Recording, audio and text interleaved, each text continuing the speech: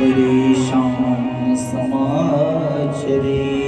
काय सांगतात व्याचे काही असे श्लोक आहेत, गीतेचा श्लोक, रामचरित्र मानसाची चौपाई आणि भागवत ग्रंथाचा श्लोक असा जर लावला का लाईन तर अर्थ एकच निघतो. बरं इथं सरसी धर्म न भाई आणि इथं काय म्हणतात, सूर्यपान धर्म सर्वस्व श्रुत्वा जैवावधारियता आत्मनः प्रतिकूल्यानि परेशान समाचरे.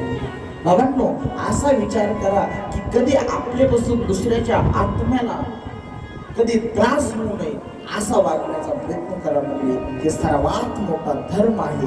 हे झालं पहिल्या प्रश्नाचं उत्तर. दुसरा प्रश्न म्हणजे आम्ही नेमकं पंचदेवाचं पूजन करावं, बरोबर ना?